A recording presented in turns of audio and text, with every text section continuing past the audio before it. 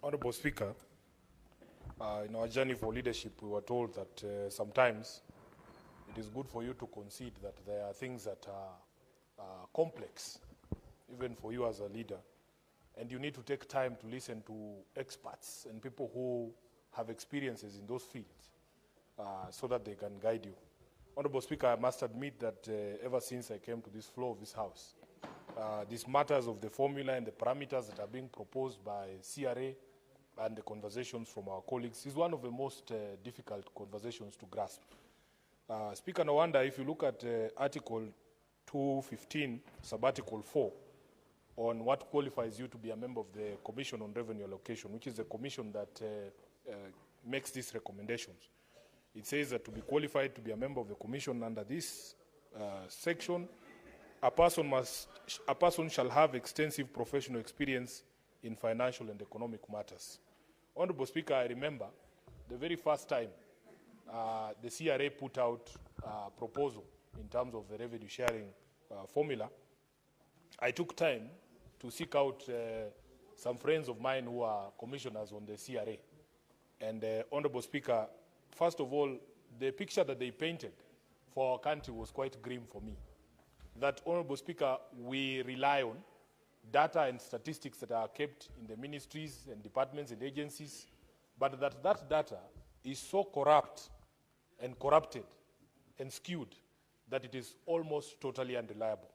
If you start there, Honorable Speaker, and knowing, for instance, that this formula that is being proposed by the committee attaches extreme significance to certain data sets, the first one being population. Now, Honorable Speaker, you and me know that immediately you raise the question of the census of 2019, there are people who will tell you that that census itself is flawed. In fact, there is already a court decision, Senator Mungatana can correct me if I'm wrong, on the legality of the figures that were put out by government following the census of 2019. So if you attach 45%, Honorable Speaker, weight to that data set, there's already problems. But we are willing to be guided. And the most heartbreaking thing, Honorable Speaker, is that there are professionals who sit in these ministries. There are professionals who sit in our government agencies who will massage numbers for data, for health, for agriculture, for all sorts of things, to skew allocation of national resources towards their regions and even their communities. It is something that professional bodies in this country must look into. So, Honorable Speaker, we have a problem with the 2019 census. We have a problem with the poverty index. How are we supposed to navigate this entire process?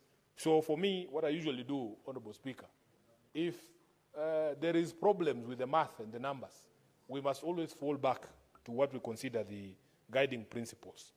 During the mediation last year, and I've just seen breaking news now that, as expected, the National Assembly has rejected our proposal of 465 billion to the counties, which is throwing us into another mediation, the fourth straight mediation since this Senate began. That when we were in that last mediation, there are certain things that we agreed on. And also, Honorable Speaker, there are certain positions that the political party that I belong to has taken with regards to devolution and which are supposed to be guiding my decisions in this House when it comes to devolution. The first one, Honorable Speaker, we as a party and even as this House have set the standard somewhere that it doesn't matter what formula you adopt, no county must lose when you compare previous year allocations.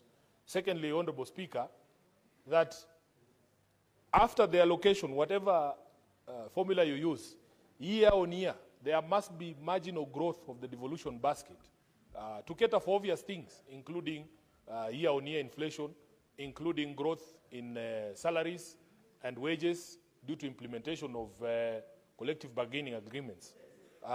Speaker, you know I sit on the Public Accounts Committee.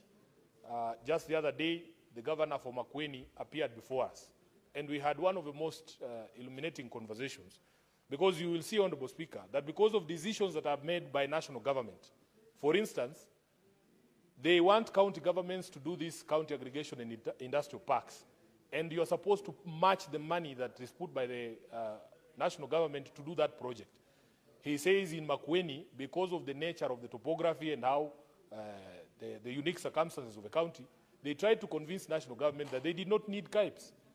They did not need single centers for aggregation of produce because of the diversity of produce in that county. And it would be very expensive for some people or some of the farmers to transport product from one place to the center. Honorable Speaker, he also told us, he gave us a very clear example, that if you look at the amount of money increment for Makueni County in 2023, 2024, 2024, 2025 is about 55 million Kenya shillings only. But in that same period, if you look at the responsibilities that have been put, fiscal responsibilities on the county, because of the passage of laws that are here in the National Assembly and the Senate, for instance, on SHA and SHIF, this is a new levy that was introduced. If you look at the housing levy alone has added an additional burden to Makueni of 55 million. And yet the annual increase in equitable revenue is 52. So it doesn't make any sense, Honorable Speaker. So we have said that year on year, we want to see marginal increase to cater for these things, including review of salaries and wages for the staff. Then, Honorable Speaker, the final principle was that any shortfall in national revenue or shareable revenue should be borne by the national government. So, Honorable Speaker, we have no problem. Whatever formula is adopted, the position that we have taken is that no county should lose. And we are willing to have that conversation with our colleagues. Now, there is some plea that has come from 11 of our colleagues who represent counties they themselves are calling small counties. And we have a few questions for them, Senator Osotsi and your group. Number one, where did you pluck this 6 billion figure from? What is the scientific basis for that figure? Because although these conversations are complex, we cannot say that you owe a responsibility to explain to us where you got 6 billion. Because why not 7? Why not 5? Why not 8? Number two, Honorable Speaker, if the argument is that most of this money goes to recurrent expenditure, we sit in the Public Accounts Committee, and Honorable Speaker, some of those counties, if you hear the stories in those counties, you will see that there is absolutely no justification to add the money. My view has always been that at the advent of devolution, people thought that counties existed to serve their tribes, that this was our county. It is the reason why if you come from Bungoma and you go and apply for a job in Kakamega, they'll tell you, you go back to your county. Even if you are a Bukusu person, man or woman, born in Kakamega. Many people will not distinguish between a Kisi from Nyamira and one from Kisi County. But they themselves at the local level know this one is from Nyamira and this one is from Kisi. And you cannot apply for jobs there because they'll tell you, your share is there, you go and get yours there. That is the true situation. So you find we had a county entity speaker that comes to the Public Accounts Committee, and a governor has hired over 30 advisors. And that county has only 2 constituencies, Honorable Speaker. There are less than 10 MCAs in that county. But he has hired for himself over 34 advisors. That is what the money for the county is going to. The governor wants to be able to go to every village and say, I employed so-and-so's son, he's working in my county government. I've employed so-and-so's son, he's working in the county government. And all of them, Honorable Speaker, I think with the exception of only Nairobi, they have never even complied with the requirement of ethnic balance in their counties, which is demonstrating my point that people think these counties exist to serve the dominant communities in those regions. The last question I want our colleagues from these counties to answer, Senator Osotsi and group, is that if we are indeed amenable, if we are amenable to meeting your request, so that we avoid those instances, the examples we've given, where every single resource that goes to the county is still going to end up in personnel emoluments and governors adding themselves more advisors, can they agree, Honorable Speaker, that whatever amount is added in terms of what you have called, I don't know which was the term he used, affirmative, that we ring-fence that amount of money, whatever it is, for the development that you are claiming is going towards? Because we don't want a situation where You get that affirmative action fund, whatever it is you want to call it, and then it all goes to hiring more people on the ground. So, Honorable Speaker, for us, we were elected to represent our individual counties. The people of Nairobi expect that I will put up a fight for them to be able to get the highest possible allocation that we can get.